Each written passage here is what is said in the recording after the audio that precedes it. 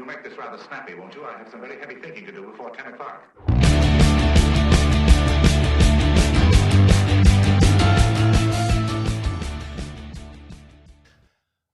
Good morning, everybody. This is Get It Right Texoma. Welcome back. Yes. You know what? I should have playing. We should be playing Elton John's "The Bitch Is Back" with me since I was gone last week. Well, we'd have to pay a little licensing fee for that, but no, we got the trio here. I'm Terry. I'm Trey. And Mike is always there. Absolutely. So anyway, what else going on? Well, we go live every Friday morning. There you go. At 7:30, right here on Facebook and on YouTube. And then you can check us out on our archives, but you can watch it live stream. You can watch it after the fact.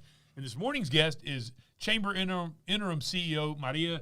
And I think she says, I'm not sure if it's James. I'm going to find out how to say her name properly. I think, everybody calls it, probably says James. It's James, but it's not really spelled James. Yeah, well, it'd be Jaime or yeah, something. It's a Hispanic spelling. Right. And so we'll need to find out we'll confirm with her properly. And I should have done that already, but I didn't. Well. She's great. She'll forgive you. Oh, yeah. She's an awesome person. So please comment and share. We'd like to hear from you. Give us some feedback, give your suggestions, just comments, whatever. And so with that, let's this is Get It Right Texoma. That's right. There you go. So what do we do? Local restaurant focus. There we go. go. Right. This is the Highway Cafe. The Highway Cafe. Okay. On Jacksboro Highway. If you've never been there, you're missing out. It's a neat spot there. I believe that they do lunch and breakfast and lunch. There we go. Yeah, we'll get there. So you can check out their hours. Let's see, right there. Open now. Hey, they're early. Yeah, they're I think they're 6 a.m. Yeah, to 2. They're breakfast and lunch. Every day, except for Sunday. Every day except for Sunday, and they have a great breakfast and a great brunch. They got great burgers and that sort of thing, but their breakfast, the bacon's good, the sausage is good, the way they cook their eggs is good, the fried toast is good. Yeah, it's a great place. Nice people, right there on Jacksboro Highway. I hadn't been there in a while, but yeah. Yeah, kind of. You drive by it and it's a metal building. It kind of doesn't look like what you would consider a traditional restaurant. Yeah, and I don't know what it started life as, but they've converted it, and it's very nice inside. Yeah, but it's over there between all the car lots on Jacksboro Highway used to be the car. Well, the way it's built, it just feels like that it was built for that. It's just they used a metal building. That's what it looks like. But I don't know, but it's just kind of where it is. But anyhow, the food's great, the people are great, very fair prices. I mean, the prices are very reasonable for what you pay. Yeah, you see, it's nice. I mean, it's a nice. It's a nice building. No, I'm not saying you weren't. But it's good. A lot of times people make this like a big production of a restaurant, and they try to put all these huge signs up, and it's pretty simple. Yeah. They just got the Highway Cafe sign up there, and it's a metal building. They can change highways and keep the name, There you go. But go check them out. You can check it out here on Facebook. Breakfast and lunch every day but Sunday, and fair prices, really good food. Great menu. Great. Their menu, I think their menu's on there. Oh, yeah. Let's see that. They basically have anything that you ever want for breakfast. There you go. So, all right. So, Highway Cafe, go check them out. All right. Local happenings, the Harlem Globetrotters. Ooh, Harlem. We need to. Oh, yeah. Well, again, they'd probably get us for. They'd probably get us for licensing, wouldn't they? The Harlem Globetrotters are doing their 100-year tour this year. That is pretty cool.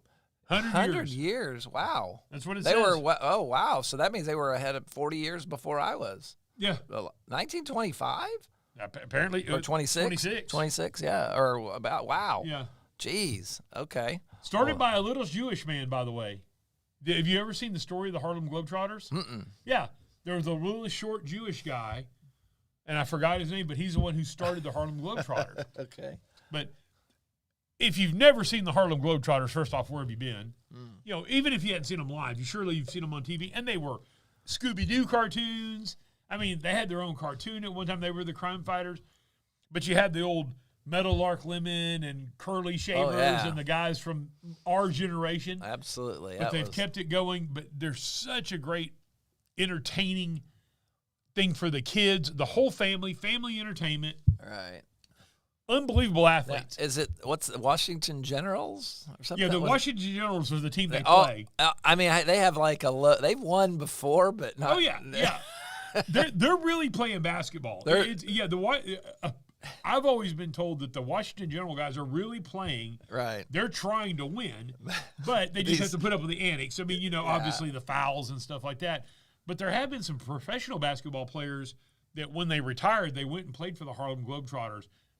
But none of them are crappy basketball players. Oh, no. These are all D1 level and professional level athletes. Right. So you're watching the best of the best of the best. It's just that these guys have charisma. They get paid to interact with the crowds. Yeah. They bring the kids up. You got the old bucket. The biggest trick of all time is the one where he runs around with the bucket of water, and then the guy jumps out of the way and he throws it on the crowd and it's confetti or whatever. But they're going to be at the Kay Coliseum, and they're going to be there March 31st. So we're giving you plenty of time, but go get your tickets. That's the problem with people in Wichita Falls is we wait till the last minute to get tickets for anything. Yeah. And then what happens, some of these venues or some of the artists or some of the we can skip them. Because we're an add-on. I mean, that's the truth for some of the bigger acts. We're just in between. It's like, oh, we're going to go to Austin and then we're going to go to Oklahoma City or Dallas, and we're just a little bit off the path. Yeah, and we can swing by there and make a few $1,000, right? But if they on a night off, but if it's not going to, if they're not going to make they're not going to be able to pay their expenses, then it's like, nah, we're done. Or most of them want to do more than just pay expenses too. They want to they want to put a little in the kitty. Yeah. So it's one of those deals. It would be nice if people of Wichita Falls would be proactive about getting tickets. Yeah, but then again, every time when there's not a rush, then there's not a rush. So there needs to be a sense of urgency. And of course, we don't promote. Again, the budget's probably not there as big a budget as you might see in some other places, and so they're not. I think it's our culture. Wichita Falls culture is, and it's not a name. It's just it is what it is. I think that over the years, people of Wichita Falls are not big get your ticket early people. Yeah, it's never going to in people's minds. It's never going to sell out. Right. There's always going to be good seats available. May or may not be. Yeah. But I think that because Wichita Falls has been like you said, a smaller add-on venue, there really hasn't. We don't sell stuff out. Right. There's always seats available. Yep. And there are always pretty good seats available. Yeah. What we got to be careful of, or what we have to be cognizant of, our city's about to grow. Yeah. And we'll talk to Maria about that. But I'm just telling you, Wichita Falls is about to grow. We are going to experience a growth, and it's probably going to be pretty rapid. It's not going to be huge. It's not going to turn into Frisco. No.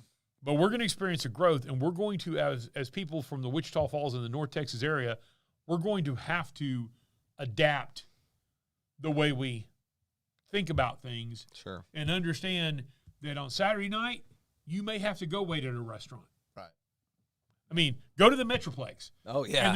And by the way, there's a ton of restaurants there. So it's not like there's 3 restaurants there and 1 million people. Right. There's lots and lots of restaurants. But go on a Saturday night and go try 7 o'clock. Yeah. And you try to walk into any restaurant. Yeah. There's a wait.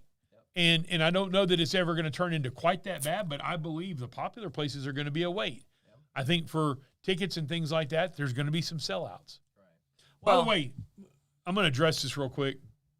I broke my elbow the other day. Oh yes, I got a little extra. That's the big deal here, like that. So anyhow, I know it's strange looking, but that's the story. Yeah. Well. All right. Well then, what do we got? But I do believe people in Wichita Falls are going to have to change our mindsets. Yes. All right. Well then, let's see. We got the next thing. We got that. No taxes. Right. No taxes. Part of the BBB. That's right. No taxes on not overtime. The Better Business Bureau. That's right. Big, beautiful bill. No taxes on overtime. First off, if you're a business owner, you don't qualify. If you are an exempt employee, which you and I both are. If you're an exempt employee, in other words, if you're a manager and you're on a salary, right, you don't qualify. Oh, well, that was the higher income that always got benefit with all this big. Yeah, anyway, yeah. Okay. Well, and to be fair, this is made to help target the medium to lower income people. Right. And I've got no problem with that. I don't think that everybody should. You shouldn't be jealous because somebody gets something that you don't. Right. Now, I don't think our tax code is necessarily fair, so Right. I don't want to go down that road. But I do think that this is an interesting thing for people who are generally, well, first off, it's overtime. So that means that you're a hard enough worker where you're working overtime. Right. You know, Or the negative side of that would be that you just take advantage of your employees. what do you mean? Well, some people, if you're overworking your people, because you can make overtime to a certain extent mandatory. Yeah, to some degree. Yeah, but anyway. By the way, good luck because people will leave. We'll leave, right? Exactly. That's a whole. You got people need to understand. This is not an employer environment. No, this is right. It's an at will. I understand, but what I'm saying is, this is not. This is not. You know, you've always said that markets are buyer or seller. Right. No, this is definitely it's not an a employee. Seller. The employee has the advantage. Absolutely, employees drive business right now at this point because there's more work than there are people that are willing to work. Right, which is interesting. So that when you have that dynamic, it's supply and demand. When your demand is higher than your supply, then that means the supply can ask for more and demand more. Right. And that's what happens. So if you think you're going to go in and be like you're going to be hard-handed on your employees, and you're going to tell them how the cow ate the cabbage and everything like that, good luck, because you will find yourself without employees. Right. So basically what happens on this deal, and I've read this over to give everybody a little bit of an idea. So this just passed, but it's retroactive to January 1st of 2025. Oh, wow. Yeah, it's not moving forward. This is yeah. Okay, so how go ahead. How are the employees going to get that, and how are we going to get we don't benefit as the employer. No, but you ought to know you have to keep track of your people's time. Well, we already do, right? Exactly. Our payroll service is going to have to help us out. Exactly. That's what I'm saying. So, at some point, your payroll has to be, if you have an employee who's an hourly, it should say on their paycheck, this is their hourly rate times X amount of hours equals this. And if there's overtime, this is the overtime rate times X amount of hours in that. That overtime rate is the amount that will not be taxed. Right. Not the original. Right. Oh, absolutely. So let's say you make $20 an hour. Or let's say you make $10 an hour. Okay. Right. So overtime's $15. Right. Just to throw these out there. That first $10 is going to be taxed no matter what. The government's going to get theirs. Right. The difference is that that extra $5 will not be taxed. But it's still taxed on the Social Security side. Yes. Okay, so we still pay our part as the employer. Yes. It's just that on the tax, when they go to file their taxes. On the income tax, the IRS income tax. We don't need to be. No. Although it could affect for withholding. It might. That's the next thing. And employers are going to have to get some clarification on that for 2026. But let's look. 2026 just started. Right. So we're. You shouldn't be. Nobody should be in a snit about 2026 yet. So yes, it will be. There'll be new guidelines on the withholding guidelines at some point. But for employees who worked overtime in 2025, you will get a statement from me, and I believe it's on your 1099, what your overtime hours were. Right. Oh yeah.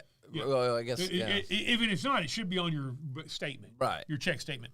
So basically, you're going to be responsible for reporting that to the IRS. Mm-hmm. And I would recommend being honest and truthful about it because you can be audited. Mm-hmm. I mean, yes, to be fair, the IRS is not going to have those records automatically, probably, this time around. And, well, if it's on your 1099, they will. Well, yeah, it'll.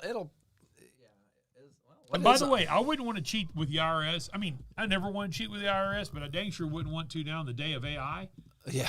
because they can run everybody's taxes through that AI filter. Right. And if something looks strange, it can be picked up like that. Right. So, but that's the deal. You will, when you file your taxes, you will file how many overtime hours you were, or a dollar amount that you earned off overtime hours, and you will not pay tax on that amount. So people are going to get, basically what's going to happen is there's people probably going to get pretty good refunds. Because they paid in with the expectation of they were going to pay taxes on that, right. And now they're not paying taxes on that money. Yeah, that's cool. So I think we are going to see higher refunds for several reasons, but that's one of the reasons. And it's in the big beautiful bill. Look, I don't like large legislation of any kind. Right. I think the smaller the legislation we can have, the better. But I also, if it's tax relief. I'm a big fan of tax relief. Yeah, right. And that's what is going to happen here. I like this no taxes on overtime. I've heard people complain about it because they're managers or business owners and they go, well, I don't qualify for that. Yeah, quit being a baby. Your employees do qualify for it. Be happy for the people who qualify for it. Right. But it's a correction. That's not 1099. It's the W-2. W-2. I said 1099. Yeah. So but I just was like, wait a minute. It's not. I said 1099. Okay. Yeah, I was thinking 1099. I was going along with you. A 1099 employee is like a contractor. Right. Yeah. A W-2. And you don't want a quote 1099 employee, which really that term doesn't even exist. Right. But it's be sure you got to be careful about using. Contractors work as an employee because sometimes, but see your tax professional. I mean, the fact of the matter is, I don't know how many hours a week Terry works generally. I know that I work over 60. Oh yeah. And when I say over, I'm talking about when I was on vacation in Europe. Yeah, you're still working. I sat down one time and actually, the last time we went to Europe, I was over there for 10 business days. I was over there for a little longer, but 10 business days because I work on the weekends too. Mm-hmm. And I calculated it, and it was almost 32 hours. And that's just off my thumb sketch. Right. Almost 32 hours that I worked on my vacation in 2 weeks. And you got a bonus for that, right? Yeah. So it's one of those deals. Yes, there are going to be a lot of people who don't qualify that technically work a lot of hours. But if you're a manager or a business owner, you chose that. Your employees didn't choose that. And you chose that. You've chosen to work that many hours. And so, yes, this does not benefit you, but so what? Be happy for the people that it benefits. Oh, yeah. But the biggest thing is everybody needs to understand you are going to be responsible for reporting it to the IRS because they're not going to already know. Well, apparently for the 2025 tax year, your employer might put the premium portion of your overtime in. So apparently that's for the big beautiful bill, I'm guessing, because it may not have been there. But anyway, your payroll service or whatever will probably help you out with that and get a report. Definitely, if you have a payroll service, I don't know what's going on. By the way, if you have a payroll service and they don't have their shit together on this, find somebody else. Yeah. So. If you have a payroll service, this ought to be a no-brainer. Right. All right. Next up, Wichita County judge candidates running for Jim Johnson's open seat. By the way, Jim Johnson, I reached out to him. He will be on with us, I think, the week after, either the week before or the week after Mayor Tim Short will be in March. So Jim Johnson announced earlier in the year, Wichita County judge. By the way, it's a little confusing because we have a Wichita Falls School Board, ISD school board member named Jim Johnson. Oh. And we have a Wichita County judge named Jim Johnson. And they were elected at the same election cycle. Well, he's got a common first name and a common last name. Exactly, yeah. So, But anyhow, so Jim Johnson has decided that he is not going to continue on as Wichita County judge. He made that announcement earlier in the year, which I think is great. When you are an elected official and you know you're going to step down or not run again, in my opinion, it is part of your good character to go out there and let people know, hey, I'm not running again. As soon as you can, so people can start gearing up and all that. So there have been three people that have thrown their name in the hat, throw their hat in the ring. Okay. Retired Air Force Major General Dawn Farrell, by the way, Hershey girl. Okay. Yep, graduated from Hershey High School in the 80s. Former city councilor and business owner Rick Hatcher, which I believe Rick ran against Jim Johnson the last time, and Mark Dora, who's a retired firefighter and a business owner. I don't know what business he owns, but quite frankly, if you're a firefighter, every firefighter has got another job. Just about. They do moving. I've seen they do lawn care. A lot of them in construction. Yeah, right. Well, you think about it, it's a job on 2 days, 48 hours. It depends on where you are, but yeah, I don't know in Wichita Falls, but yeah, the fact is you're on too often, and then there's times that you don't work. Yeah. And there's a lot of downtime. Plus, it's a physical job, so everybody, nobody in the fire department who's a professional firefighter is going to be out of shape. Yeah. They're going to be able to do these physical jobs and things like that. I think it's a good idea. I mean, there's nothing wrong with it. By the way, on the billboard coming down Lawrence today, when I was coming into the studio, I saw a big Mark Dora. Oh, he's already after it. Huh? Yeah, signed. Okay. So anyhow, so those are the 3 candidates that are running. So go out there if you'll do just a little research. There's some information out of all of them on all of them, and just make an informed decision. Yeah. If you live in Wichita County, anywhere in Wichita County, and you're not a felon and you're eligible to vote, you will be eligible to vote for this position. Okay. Yeah. And is it the at-large? No, it's Wichita County Judge. Oh, the overall. Yeah, duh. Yeah, yeah. you did. Yes. This is the county judge, so it's one position. That's right. open. Yeah, I knew that. I just, But I'm sure that these are all qualified people. I've known Rick Hatcher for a long time. I don't know Mark Dora personally, and I don't know Dawn Farrell personally. She was in school a little bit before I was, but I do know people that were in school with her that knew her. Yeah. Friends of mine that I grew up with that had brothers and sisters that were a little older than us and everything, and never heard anything negative about her. Everybody said she's a great person. How long has she been retired? I don't know, but okay, because I don't know who she was. I don't think she retired. I don't think she retired out of here. No, clearly. I mean, she as a major general. No, I mean, I don't. She wasn't a name on that I remember from Shepherd for sure. No, I don't know that she ever served. Keep in mind, be my little general. That's brigadier, major, lieutenant general, and general. So that's be my little general. That's how I remember. So she was a major general. That's a 2-star.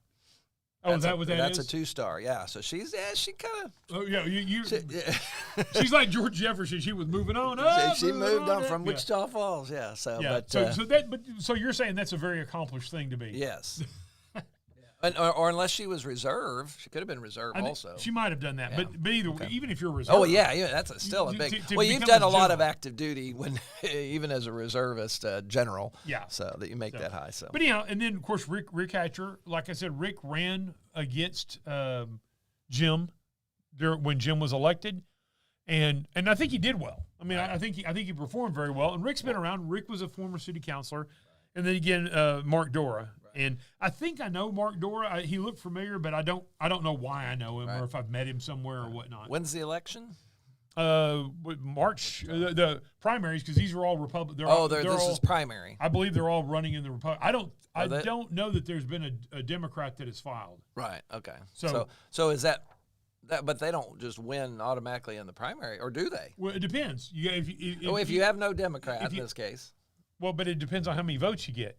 Since there's 3 people. That's what I meant. Assuming you get 51 or over 50%. Yeah, if there's not a runoff election, we'll know in March who the Wichita County judge will be. So it will be the election. If there's a runoff election, then we won't know till May. Right. Okay. Cool. So and with 3 people, there may be a runoff election. This is probably going to be a pretty well contested race. Right. Because you have 3 people that are coming in fresh. Yeah. So, but my whole thing is do your homework. Yeah. It's so easy these days to find information on especially people. A major general. You could learn a lot about her. Exactly. but it's so easy to find information these days. So please go out and find your information.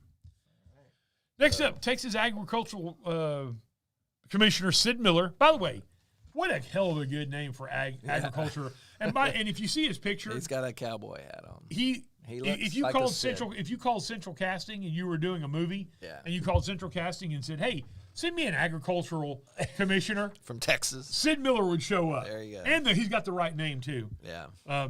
Everybody, I've met him once or twice at little functions.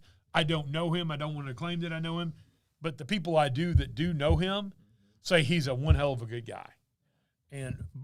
So we've had these unsolicited packages of seeds. Yeah, from China. Yeah. Is what they're thinking. But it's showing up on people's doorsteps. Yeah. So if you get seeds, that's... But here's what bothers me. You have dumb people that are planting these things.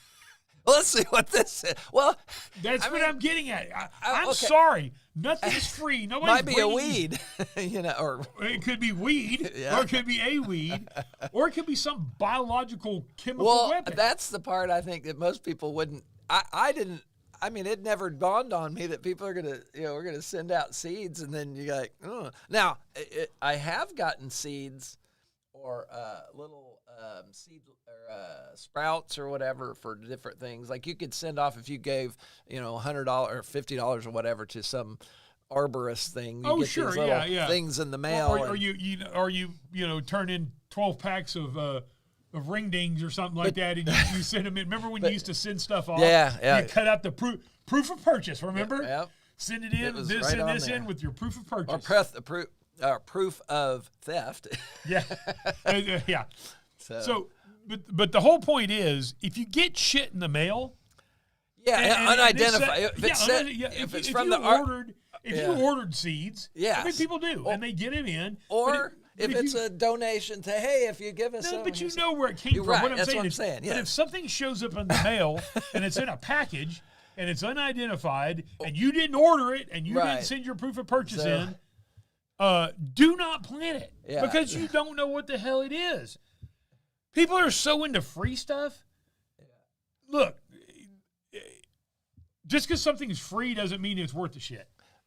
The Texas Department of Agriculture, TDA, has collected seed deliveries at 109 locations across the state, totaling 1,101 packs of unsolicited seeds. While small in appearance, these packages represent a serious and ongoing threat to the nation's agriculture biosecurity.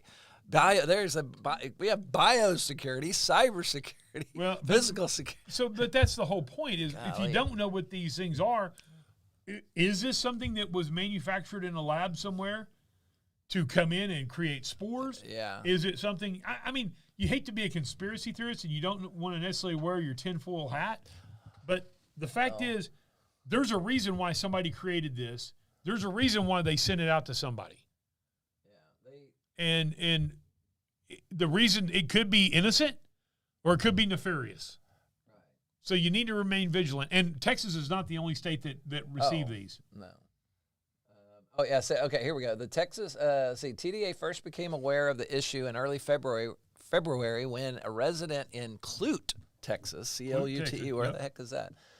Received an unsolicited package from China. So especially if it's from China and you didn't expect it. Now, if you order it on Amazon and you get it, but even if you open it, but don't plant them. But you don't even know what's in there. I wouldn't even, if you get a package at your house that you can't identify. Right, because you can order on Amazon and some other places and it'll come from China. Well, I get that. But you expecting that. You knew you ordered it, right? Yeah. So if you get a package or an envelope, especially in the mail, and you can't identify it, you don't know why you ordered it. First off, if you're ordering so much shit online that you can't remember what you ordered, you probably got a little bit of a buying problem anyhow. Yeah.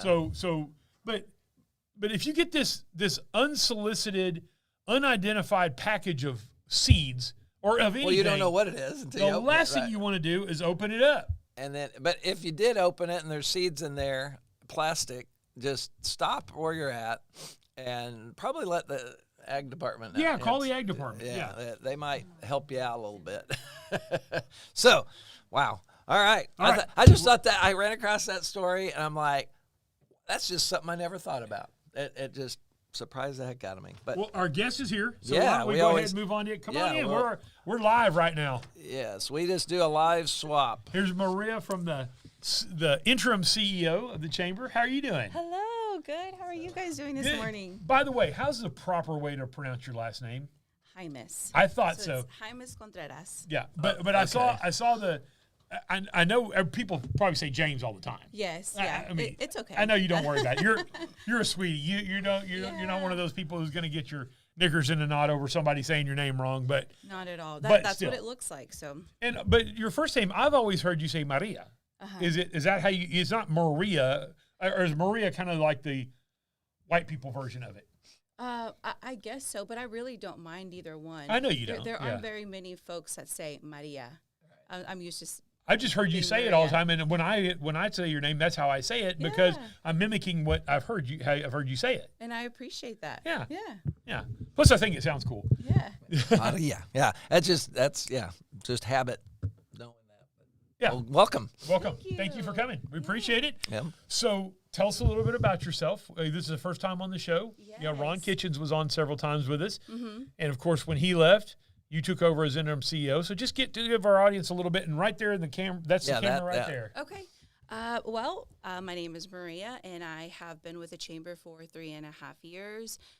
I'm originally from California, but Dude. we moved to Texas when I was young, and we did a little stint in Seymour, but I've been in Wichita Falls majority of my life. So where in California?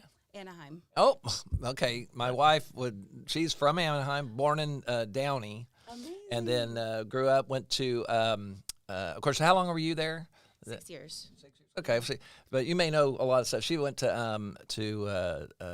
high school. Dang it, the Saxons. I can't remember. She went Anyway, to high school in California? Yeah, she went to high school. Anyway, but go ahead. Yeah. That's awesome. Yeah, so Disneyland was in my backyard. Exactly, That was a weekend thing for us. But I've been in Wichita Falls majority of my life. I graduated from Rider, went to MSU. My degree is in criminal justice, and so Me too. Is it? Yeah, and neither one of us are using our degree. Not at all.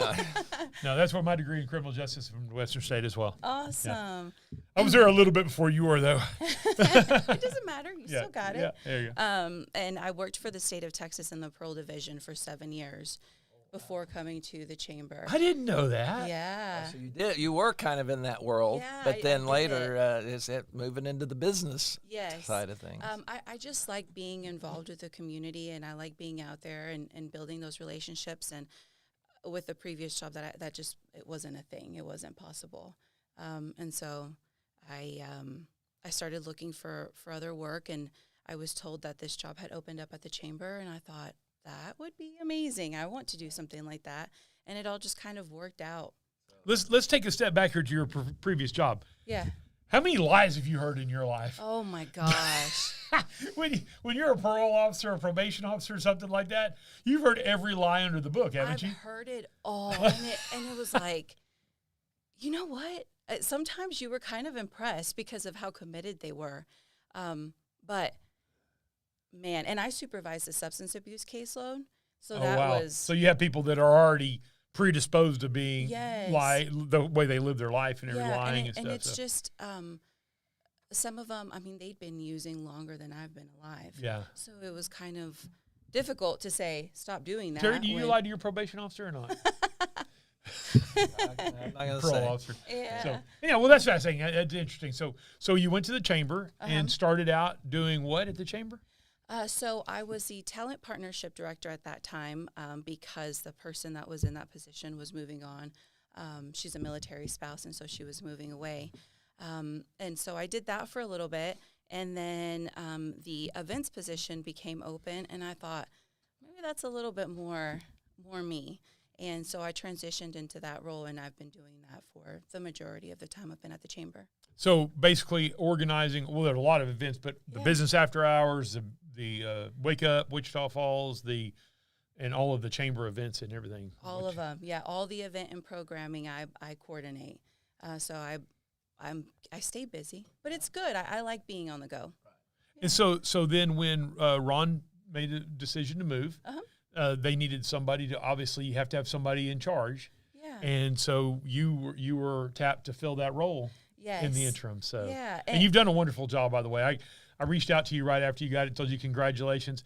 Yeah. But just interaction with you over the years, you do a phenomenal job at things. You always have such a great positive attitude.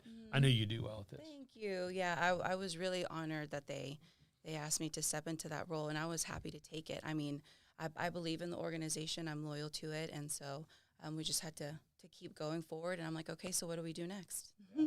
Oh, that's cool. So so what do you see coming up here? Obviously, you're going to have the change to the permanent CEO. And you'll be there to support them, I assume. And what all are, I mean, because obviously there's a lot of unknowns.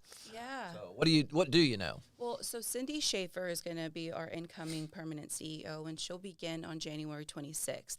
And so it'll be exciting to see what direction we go in, but I mean, our mission stays the same. We want to continue to provide support. We want to continue to keep our business community engaged.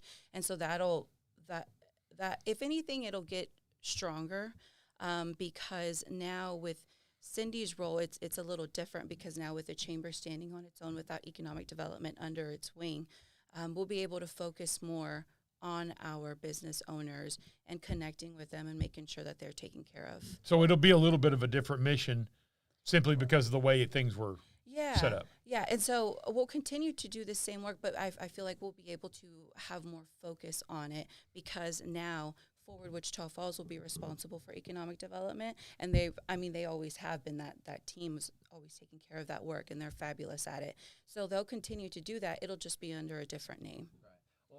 So I'm curious. I know that, or at least in the past, when I've approached and talked to several of the people in the chamber about the focus on local business, locally owned businesses, that the chamber in some ways was kind of in a weird position. Is that going to change at all as far as, because you got the big guys, the chain stores that are members, but also you've got us and as far as the focus on local businesses, are y'all able to do anything more in that way to help specifically promote local? I think that's the direction we're headed. Yeah, that's what she's talking about, the change. Yeah. Right. Because you had one organization that had two missions that were kind of similar but separate missions. Correct. And now you split those organizations up. So you have this organization has its mission and this organization has its mission. Yeah, and so now we'll have the liberty to be able to do that. Okay.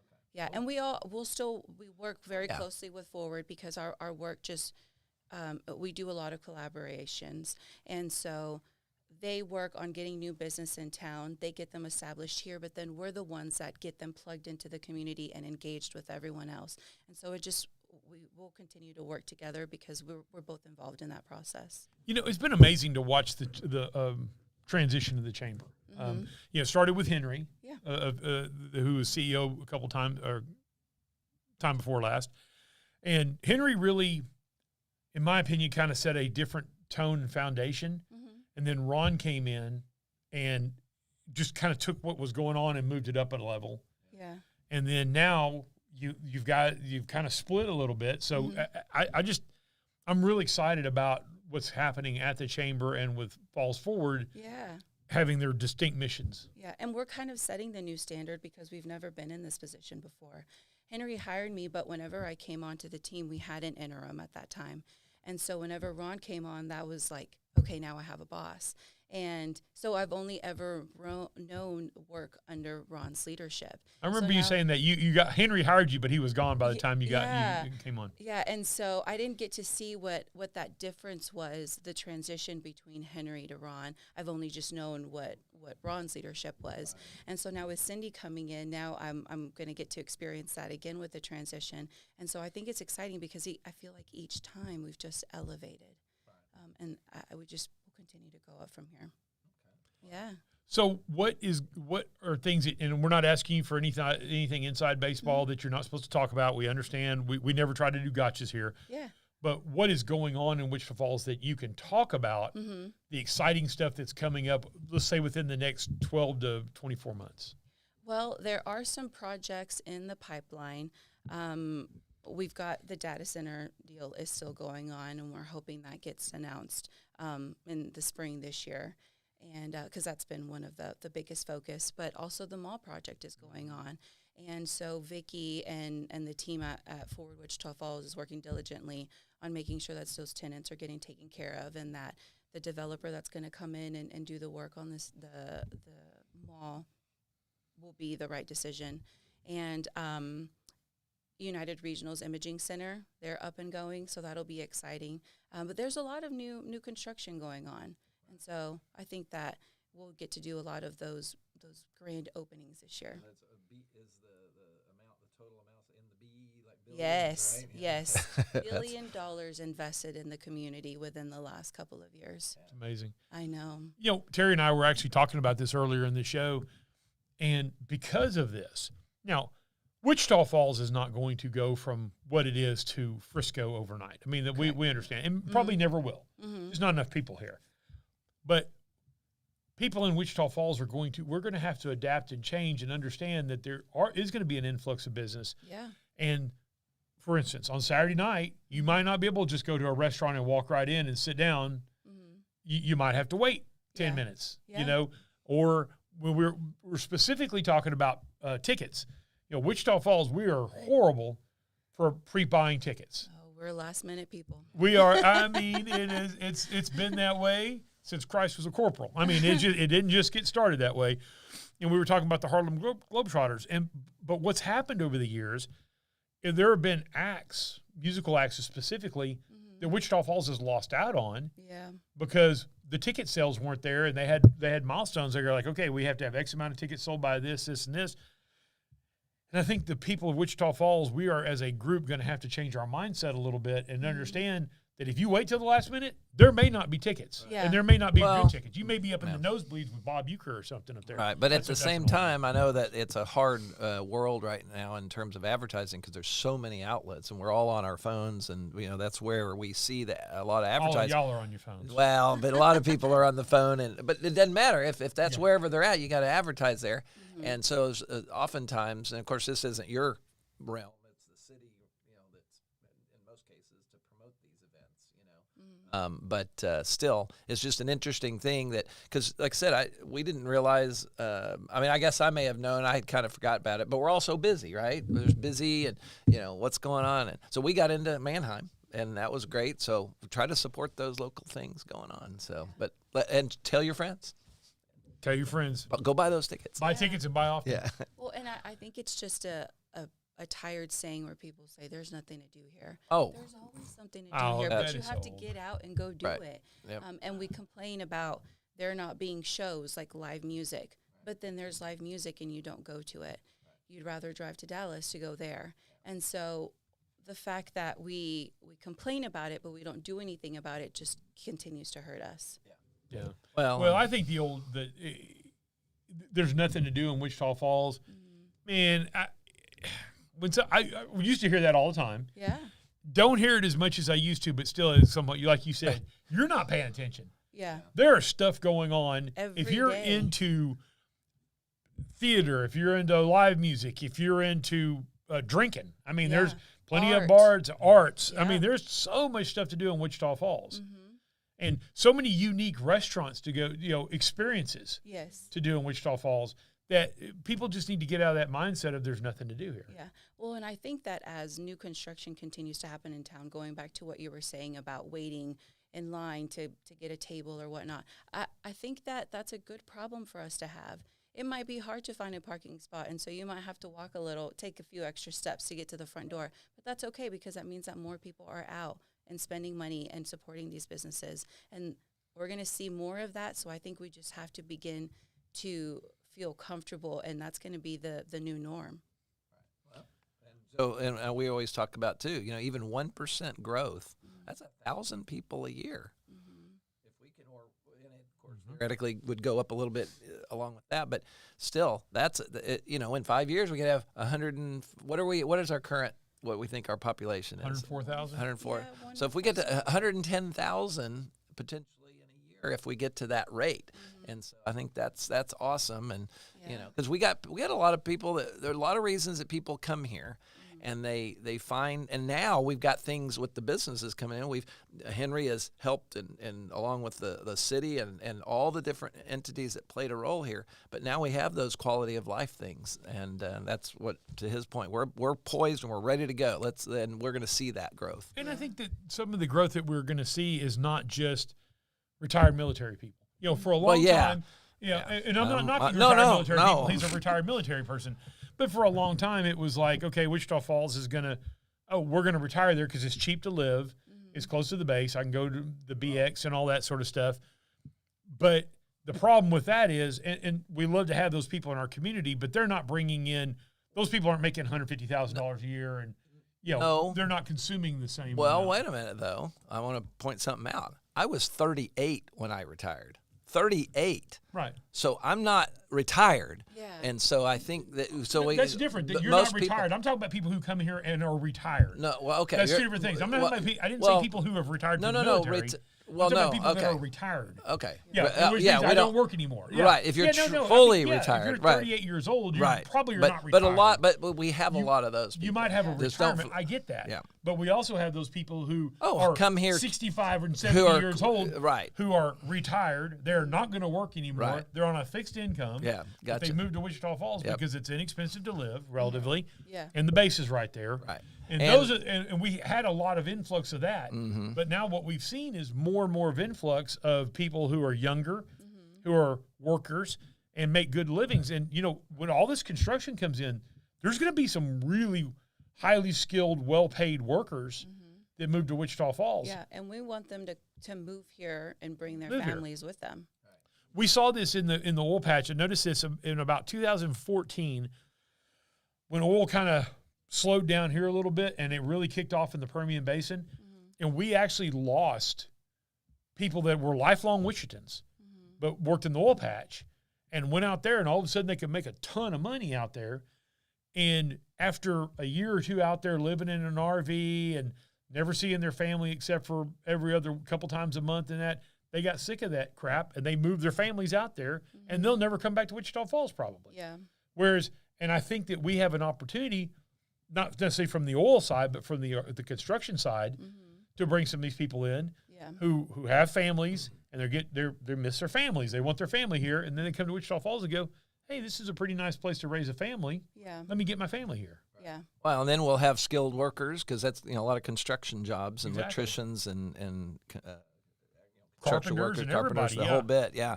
And so that'll be good, and that because you got to have that because we don't have enough now. I mean, there's No, they'll have to bring people in. right because there's not enough, and that's why we're bringing them in is because we don't have enough people to be able to do all those jobs. So. Correct. Yep. So if you were going to give somebody kind of the elevator pitch to join the chamber, somebody has a business and a small business, what would you tell them is the reason why? What's the reasons? Why are the reasons to join the chamber? I think that being a part of the chamber is kind of your plug into the business community. We get you in the room with everybody else that you need to connect with. We create that platform where if you are needing to promote your business, if you are wanting to collab with a different business, we're kind of like that person that's, well, let's introduce you. Let's see what kind of magic you guys can create together.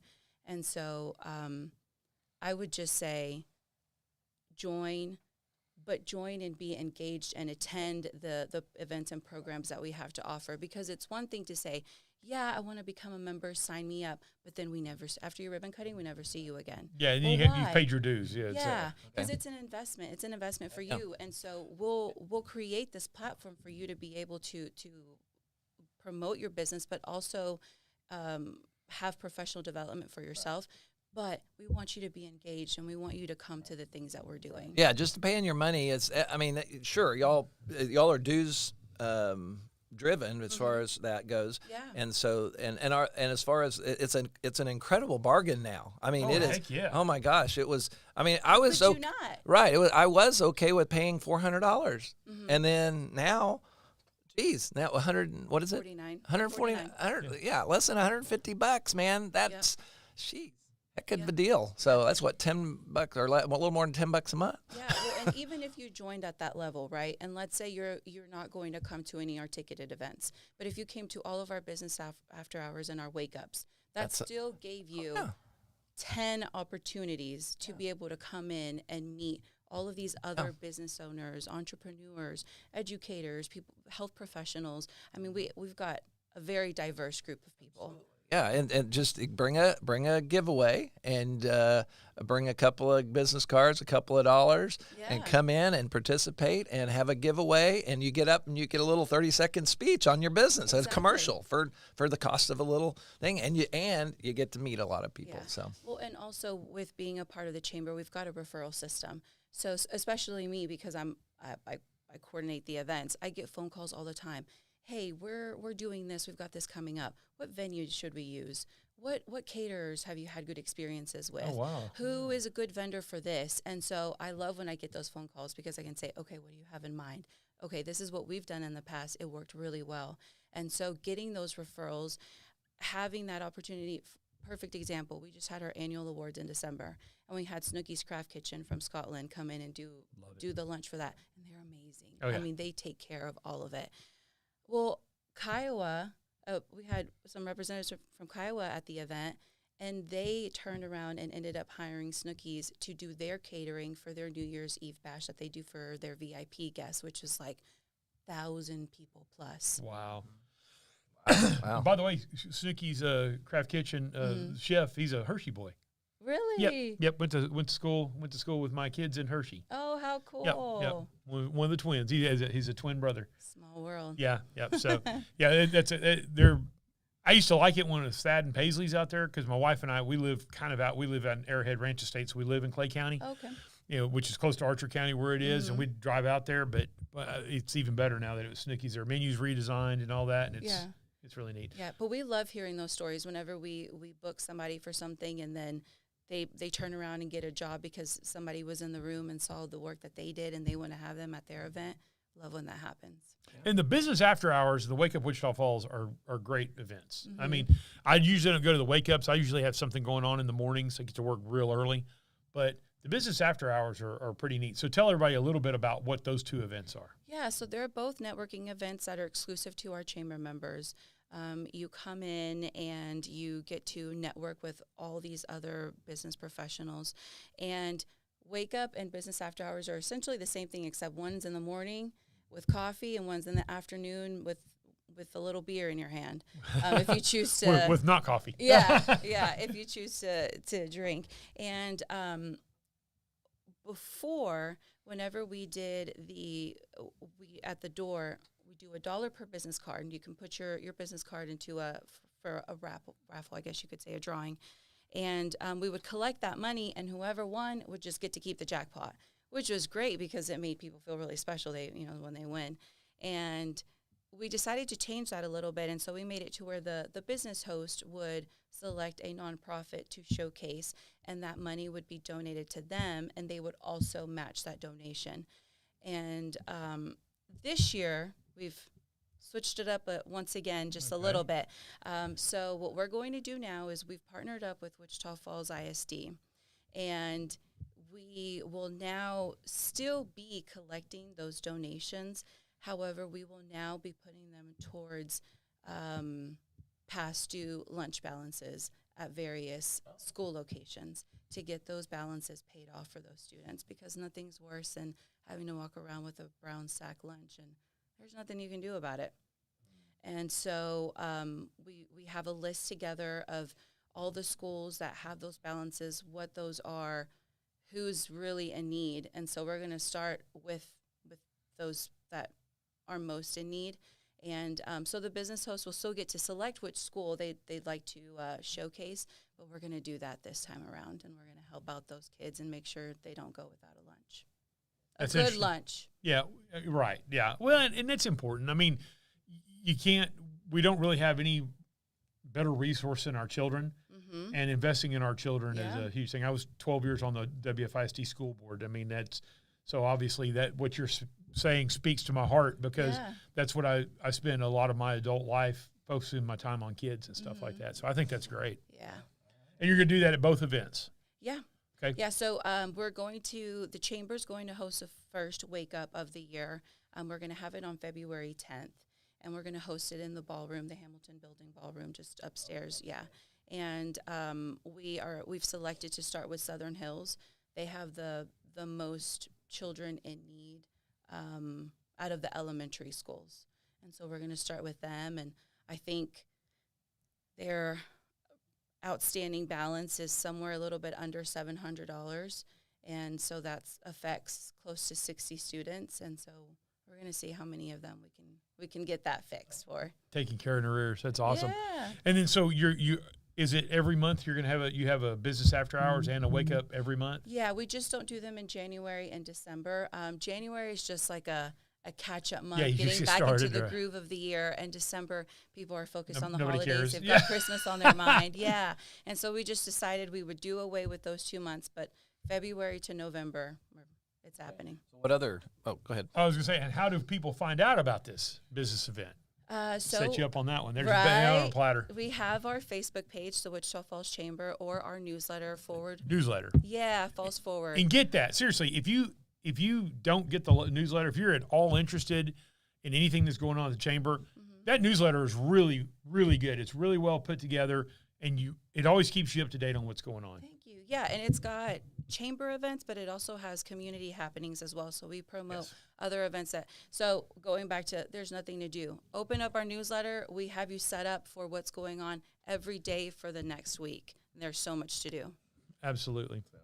Well, so what, any other events besides those, the Wake Up coming up? So we will have our so we've got State of the Economy. It's coming up in March, so stay tuned for that. We'll post some details, and hopefully we'll have some good news to share at that event. And if as we go, we start posting what those look like. So yeah, just check out whether it's our website, wichitafallschamber.com, our Facebook page, and subscribe to our newsletter, and you'll stay up to date with all the things. Yeah, and those events are really good. The ticket events are good. It's well worth the money. I mean, it's not like you're spending thousands of dollars to go to an event. It's reasonably priced, and you talk about networking. There's a lot of people in the room, and you hear some really, really top-notch speakers a lot of times. Thank you. Yeah, we like to make sure that everyone finds value whenever they come. So there's the chamber. Yeah, Leader Fest and all kinds of stuff going on there. We've already had that ribbon cutting, but so just y'all keep this up to date? Yes. Yeah, we've got one a little bit later on this morning with See What I See photo booth. She's doing amazing things. She keeps adding into her inventory for photo booths, and so selfie stations, she's got all that covered for you. Okay. Wow. Yeah. That's cool. Sounds good. All right, as we're wrapping up, is there anything else you want to talk about with the chamber? Or I want to thank everybody for their support, and just to continue to be a part of what we're doing. And we love the partnerships that we've created along the way. And if one of us wins, we all win. It's not a competition. We're just here to help each other out. Absolutely. Yeah. All righty. Well, I guess we'll wrap it up here. Right about on time. So. Yeah, actually on time and everything. So thank you very much for coming. Thank you for having me. We are going to wrap it up next week. Billy Pate is going to be with us. He runs the boys ranch. There's actually a boys ranch here, a local boys ranch now in Wichita Falls, and he'll tell us all about that. And I know you can't get you're trying to get your scroller working. That's it. Yeah, I know. So, as he mentioned, there we got.